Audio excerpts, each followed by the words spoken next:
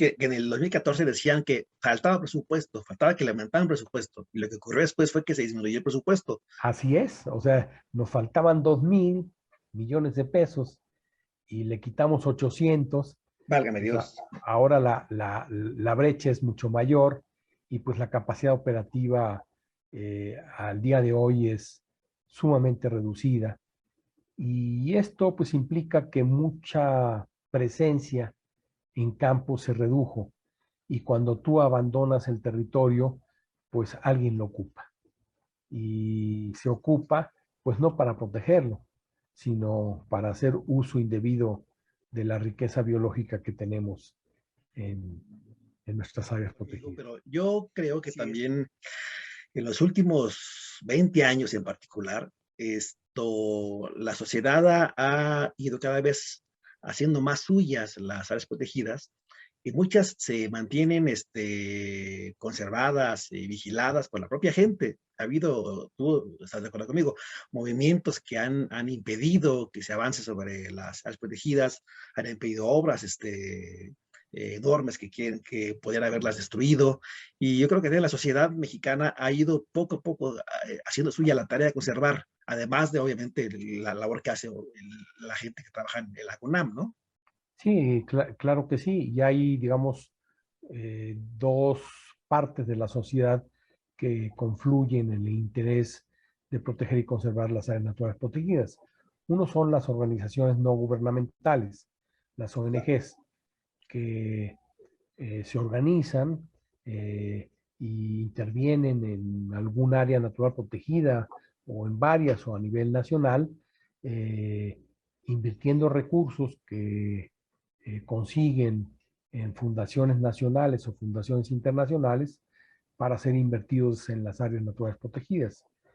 Pero por otra parte, la otra componente que es sumamente importante es que las comunidades, ya sea que vivan dentro de un área natural protegida o que sus poblados colindan con un área natural protegida, también se convierten en contingentes de defensa de la riqueza biológica de ese territorio. Y por supuesto que la CONAM diseñó programas destinados específicamente a proteger a las comunidades que habitan en las áreas, muchas de ellas comunidades indígenas o comunidades rurales equiparables, para que se pudieran apoyar proyectos productivos que fueran compatibles con la conservación de la biodiversidad. De manera que parte importante del presupuesto de la CONAM son transferencias, pero no transferencias a ciegas, sino para apoyos de proyectos que beneficien a las comunidades que habitan el territorio donde está la riqueza biológica del país. Luis, en muchas áreas protegidas, creo que no en todas, pero en muchas, se cobra para entrar a esas áreas protegidas. ¿Ese recurso llega a las ANPs después? Legalmente debería de ser transferido. Esto está contemplado en la Ley Federal de Derechos, en el artículo 198. Eh, lo que se recauda por el pago de derechos eh, anda del orden de 90 a 100 millones de pesos. Y aunque la ley dice que deben de regresarse, retornarse, porque si bien la Comisión Nacional de Áreas Naturales Protegidas hace el cobro, su obligación es enterarlo a la tesorería de la Federación y después solicitar el retorno. Nunca hay un regreso del 100% y en las mejores épocas se logró que el 60% de la recaudación por pago de derechos regresara a las áreas naturales protegidas. Y bueno, aunque no es un recurso importante en términos del monto que requieren las áreas naturales para protegerse, pues sí ayudan a temas relevantes como la reposición de equipamiento, el mantenimiento o programas como la señalización que se coloca en las áreas naturales protegidas para precisamente darle a conocer a los visitantes la importancia que tiene el área natural protegida que visitan. Claro. Y bueno, también sabemos que evidentemente las áreas protegidas terrestres y marinas nos ayudan mucho a combatir o a ralentizar, a hacer más lento el avance del cambio climático mundial, Luis.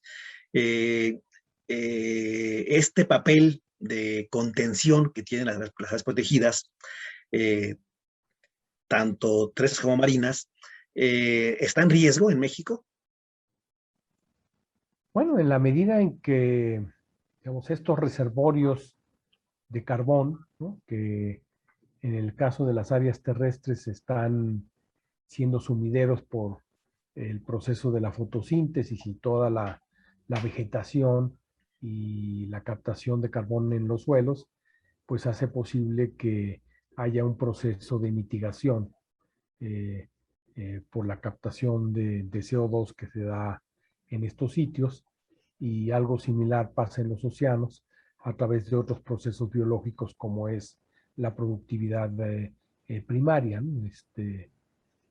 Todo lo que se genera a través del El fitoplancton, ¿no? fitoplancton, claro, claro. Eh, en la medida en que haya cambios de uso de suelo y se pierda cubierta vegetal, pues cada metro cuadrado que perdemos implica que en lugar de estar capturando carbón que ayude a mitigar el proceso de cambio climático, lo estamos liberando, ¿no? Todo ese carbón que estaba en la cubierta vegetal, pues regresa a a la atmósfera, Claro. y además perdemos la capacidad de poderlo atrapar. Ese es el riesgo.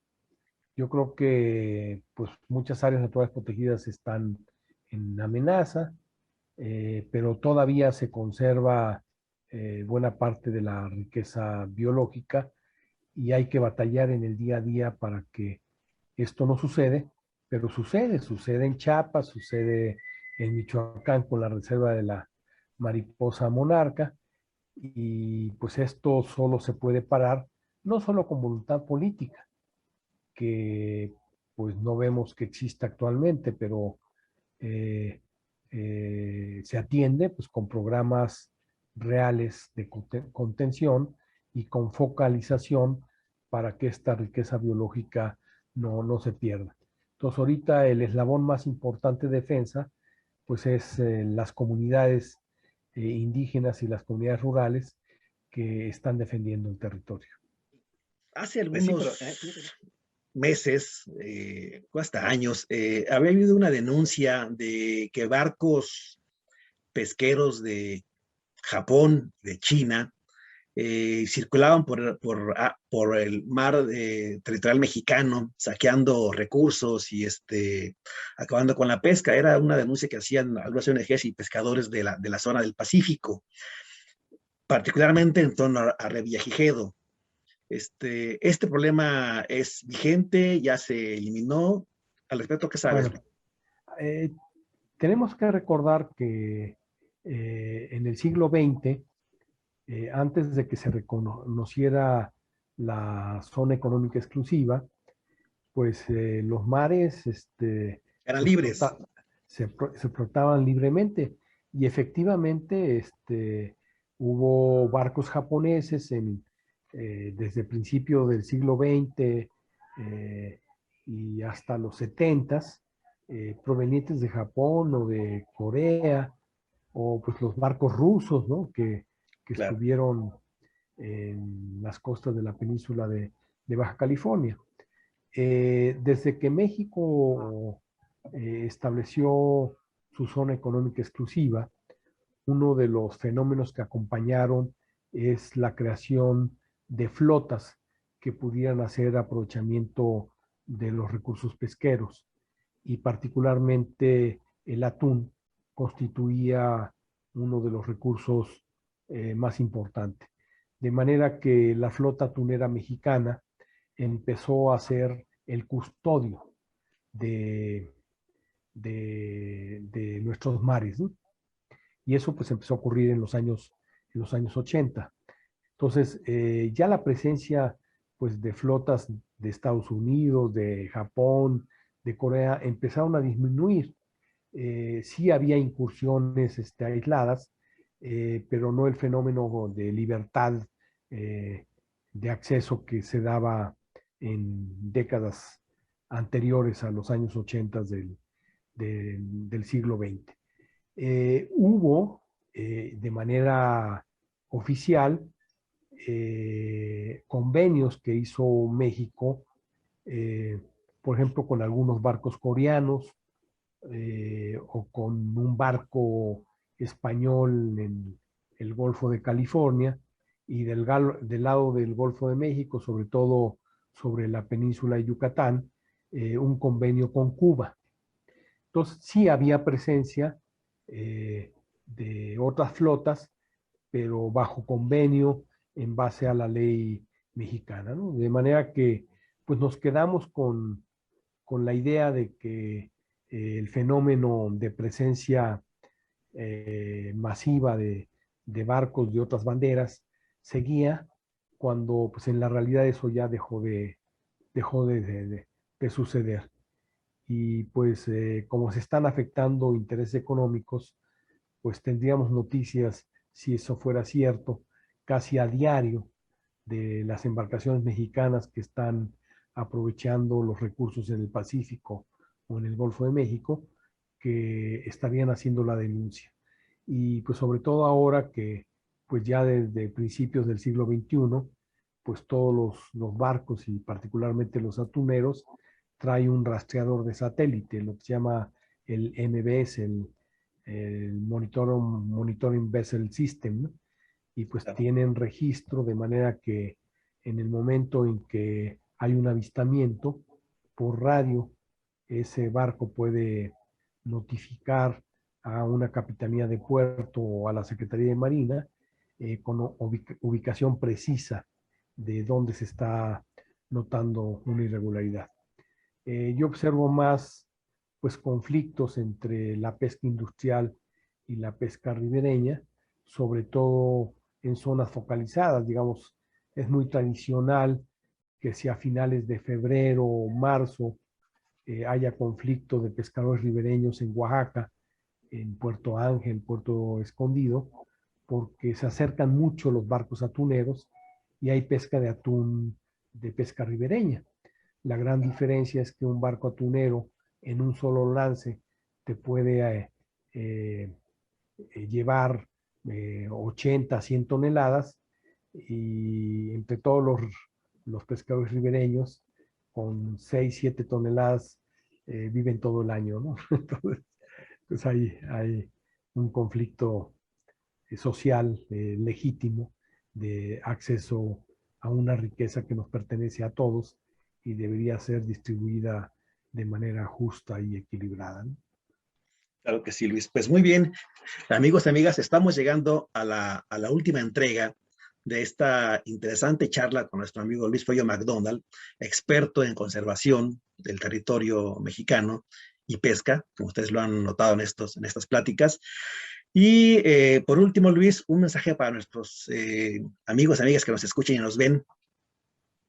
Pues hagamos conciencia de que nuestra relación con la naturaleza debe modificarse. Hagamos un compromiso de parar todo el proceso de deterioro de la pérdida de biodiversidad, sobre todo a una población que cada vez se convierte más urbana y que el lazo que las comunidades rurales tienen con su entorno natural se ha perdido. Ya el INEGI reconoce que cerca del 70% de la población mexicana vive en ciudades y eso nos ha distanciado de la naturaleza.